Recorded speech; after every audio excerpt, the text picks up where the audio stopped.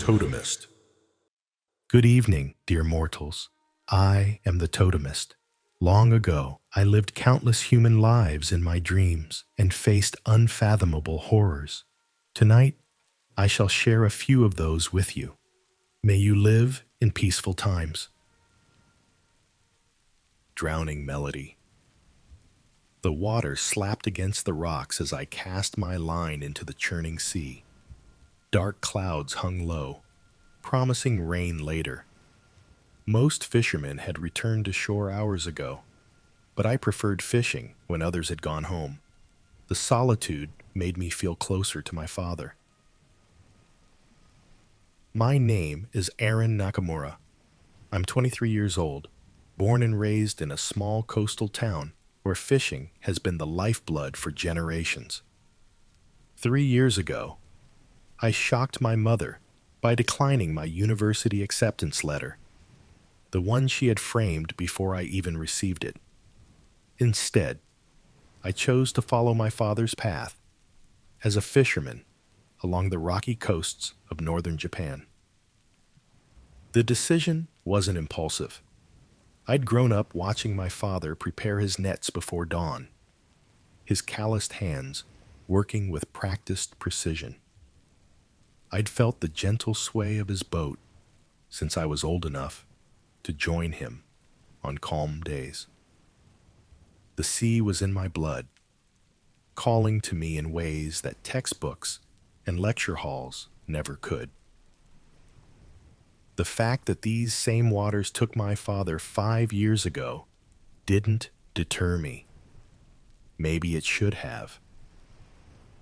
I still remember that morning clearly, the Coast Guard officer at our door, my mother's knees giving way, the empty chair at our dinner table. A sudden storm, they said. His boat found capsized near the rocks. His body never recovered. The sea demands respect, my father always said, but fear it, and you'll never truly know it. Those words echoed in my mind as I adjusted my position on the narrow outcropping, the wet rocks slippery beneath my worn boots. I'd been out since early morning, my small cooler already filled with enough fish to sell at tomorrow's market. The coastal weather had turned in the past hour, as it often does with little warning. Fog rolled in from the ocean, creeping over the water's surface like ghostly fingers reaching for the shore. I should head back soon, but something kept me there. Just a few more casts. As I reeled in my line, something caught my eye. A splash of color against the gray rocks further along the coastline. I squinted through the thickening mist, water dripping from my cap. A figure sat motionless on the jagged formation that locals called Widow's Peak. My heart quickened. That area was dangerous, even for experienced climbers, especially in this weather. The rocks were sharper there, the waves more violent as they crashed against the cliff face. I had never seen anyone out there before. I set my rod down and reached for my binoculars, the rubber eyepieces cold against my skin. Through them, I could make out more details. A woman in a pale blue dress sat perfectly still, her long black hair blowing in the wind. She faced the ocean, perched dangerously close to the edge where the rocks dropped straight down into churning white water. My stomach tightened. People sometimes came to these cliffs when they felt hopeless. The old fisherman rarely spoke of it, but we all knew the stories. Was she planning to jump?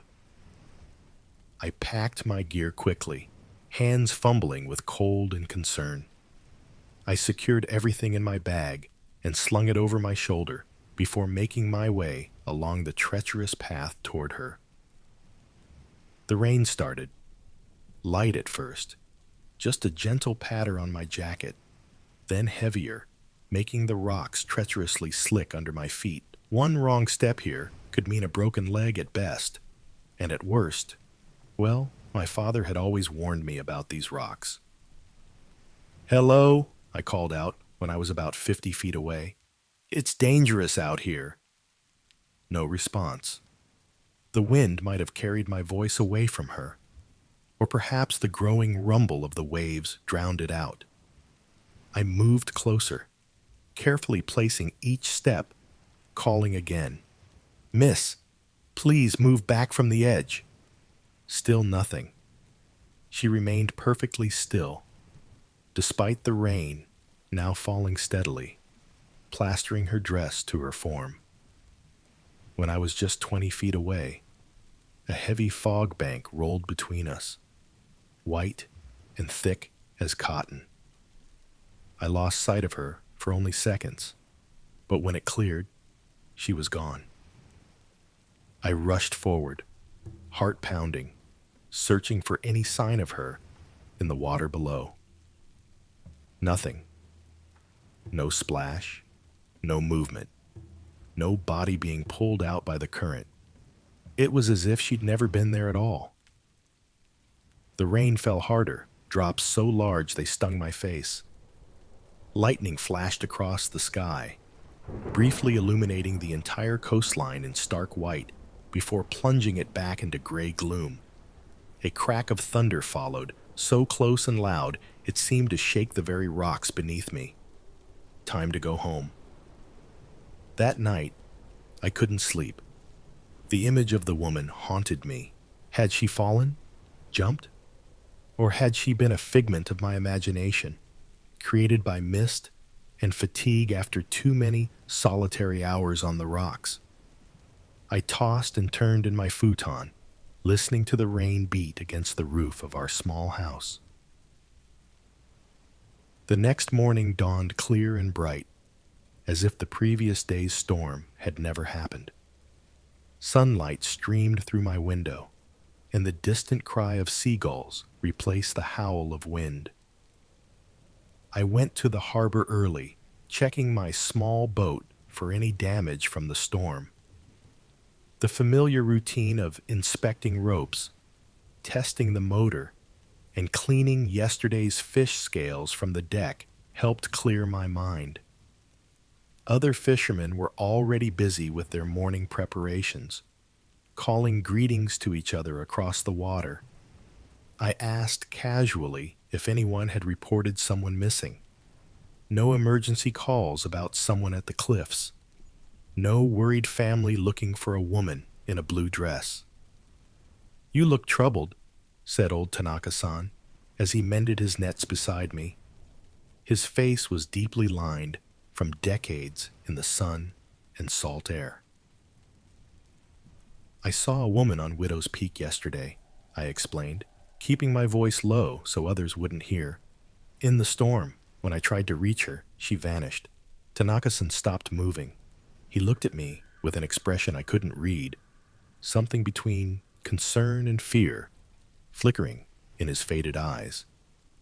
"What?" I asked, suddenly uneasy. "Nothing," he replied too quickly. "Just be careful out there, Nakamura-kun." His reaction bothered me all day. I went through the motions of selling yesterday's catch at the market, my mind elsewhere. The woman's face, or what little I'd seen of it, kept appearing in my thoughts. By afternoon, I knew I had to go back.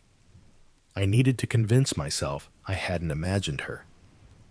This time, I approached from the landward side, climbing down the cliff path that tourists sometimes use during summer months. The sea was calmer today, waves lapping rather than crashing, the sky clear blue without a cloud. In daylight, the spot seemed less ominous, but no less dangerous. The rocks still jutted at harsh angles, their edges sharp from years of being battered by storms. I reached Widow's Peak and stood where I thought she had been sitting. Looking down made my head swim. It was at least a 30-foot drop to the jagged rocks and churning water below. The surface glittered in the sunlight, beautiful but deadly. No one could survive a fall from here. As I turned to leave, I saw her once again. She sat on a rock formation about 100 feet further along the coast, in a spot I was certain had been empty minutes before. Same pale blue dress, same long black hair. This time, I could see her face, young, beautiful, with an expression of profound sadness that seemed to radiate from her entire being. I approached cautiously, not calling out this time. The only sounds were the gentle sweep of waves against stone and the occasional cry of a distant seabird. She didn't move as I drew near, didn't acknowledge my presence until I was just a few meters away. "Are you okay?" I asked softly, afraid she might vanish again if I spoke too loudly. She turned to me then, her eyes dark and bottomless, like the deep ocean. "No one asks that anymore," she said, her voice surprisingly melodic, almost like singing. "They just pass by." "It's dangerous out here," I said, gesturing to the precarious rocks beneath us. "The rocks are unstable, even when it's not storming." "I know these rocks well," she replied with a small smile. "Better than anyone." Something about her was mesmerizing. Her skin was pale, almost translucent in the sunlight, and despite the breeze that tousled my hair and made my jacket flap, her dress barely moved. "I'm Aaron," I said, moving closer until I could sit on a flat rock near her, but not too near. "Miyuki," she responded, but offered nothing more. We sat in silence for a while, watching the waves. There was something peaceful about her presence, despite the unease I'd felt earlier. The sun was warm on my face, the rhythmic sound of water against rock almost hypnotic. "Do you come here often?" I finally asked, immediately feeling foolish for the cliché question. "I never leave," she said simply, her fingers tracing patterns on the rock beside her. Before I could ask what she meant, she stood suddenly, a fluid motion that seemed too graceful for the uneven surface. "The tide is coming in. It will be beautiful." She moved to the edge of the rocks where the spray from the waves occasionally reached up. "Be careful," I warned, standing as well. Despite the calm day, the currents below us were strong enough to pull even experienced swimmers out to sea. "Will you see it with me?" she asked, extending her hand. I hesitated, my father's warnings about respecting the sea echoing in my mind. Yet I found myself taking a step toward her, then another. The spray from a large wave hit my face as I neared the edge, momentarily blinding me. I blinked water from my eyes, tasting salt on my lips. Miyuki was gone. I rushed to the edge, panic again rising in my chest, looking down into the churning water. There, among the waves, I saw her face, looking up at me, her hand reaching up toward the sky. Her hair floated around her like dark seaweed. "Help me," she cried, her voice somehow clear despite the crash of waves. "Please, Aaron." Without thinking, I jumped. The cold water shocked me, driving the air from my lungs in a rush of bubbles. For a moment, there was only confusion and the burning need for oxygen. I kicked hard, breaking the surface with a desperate gasp, searching frantically for Miyuki in the rolling waves. "Here!" Her voice came from behind me, I turned and saw her floating easily in the rough water, arm extended toward me. Her hair clung to her neck and shoulders, but her face was dry, as if the water refused to touch it. I swam to her, fighting the current that seemed intent on pushing me against the cliff face. As I reached for her hand, her expression changed. The sorrow vanished, replaced by a predatory look.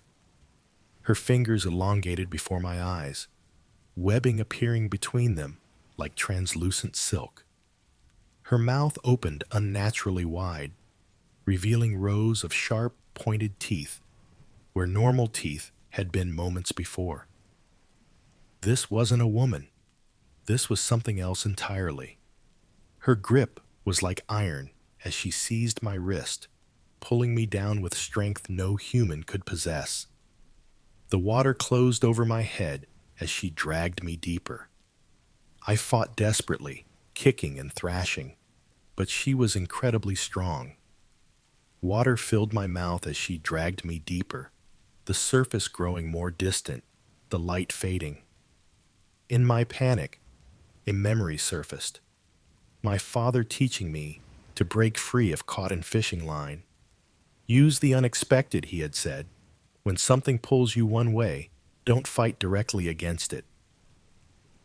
In desperation, I balled my free hand into a fist and struck at her face with all my strength, aiming not to pull away, but to disrupt her concentration. There was a moment of resistance, then her grip loosened just enough. I tore free and kicked upward with every bit of strength I had left, lungs screaming for air, vision darkening at the edges. My lungs were burning, spots dancing before my eyes as I broke the surface. I gasped for air, choking and coughing as water streamed from my nose and mouth. The shore seemed impossibly far away, the current still pulling at my legs, but terror gave me strength. I swam frantically toward a low shelf of rock, expecting those cold hands to grab my ankles at any moment. Each stroke was agony, my waterlogged clothes weighing me down, my muscles burning with effort. Somehow, I reached the shelf of rock and pulled myself up, the rough surface scraping my palms and knees. I collapsed on my back, staring at the sky as I fought to breathe normally again, my heart pounding so hard I could feel it in my temples. "Are you all right?" A woman's voice came from above me. I froze. Slowly, I turned my head to see another woman standing on the rocks above me. She looked concerned, her hand outstretched as if to help me up. She wore hiking clothes, practical pants, and a windbreaker. Her hair shorter than Miyuki's, tied back in a sensible ponytail. "I saw you struggling in the water," she said, her voice warm with concern. "Let me help you get back up to the path." Her appearance was different, but she had the same bottomless darkness in her eyes, the same hunger carefully concealed. I scrambled backward, cutting my hands on the sharp rocks. "Stay away from me!" Confusion crossed her face, then understanding, then something else. Her lips curled into a smile that was both beautiful and terrible. "You're smarter than most," she said, her voice changing, deepening until it no longer sounded human at all. But the sea always claims what is hers in the end. I didn't wait to hear more. I found my footing and ran along the narrow shelf of rock, searching desperately for a way up. My wet clothes clung to me, my shoes squelching with every step. Twice, I slipped on wet rocks, falling and cutting myself, but never stopping. I didn't look back, even when I heard what might have been laughter carried on the wind, or might have been the cry of seabirds. I don't remember how I found my way back to town. The next thing I clearly recall is sitting in my kitchen, my mother pressing a hot cup of tea into my trembling hands, her face tight with worry as she asked questions I couldn't answer. That was 3 months ago. I sold my boat the next day, ignoring the curious stares and whispered conversations at the harbor. Old Tanaka-san found me packing up my fishing gear at the harbor that last day. "You saw her, didn't you?" he asked quietly, his weathered face solemn. "The woman on the rocks." I nodded, unable to speak about it. "We call them iso-onna, the shore women," he said, his voice barely above a whisper. "They appear to those who spend too much time alone by the sea. My own father encountered one when he was young. It's why he always insisted we fish in pairs." "Why didn't you warn me?" I demanded, anger briefly overcoming my fear. Tanaka-san looked out at the ocean. "Would you have believed me?" I couldn't answer.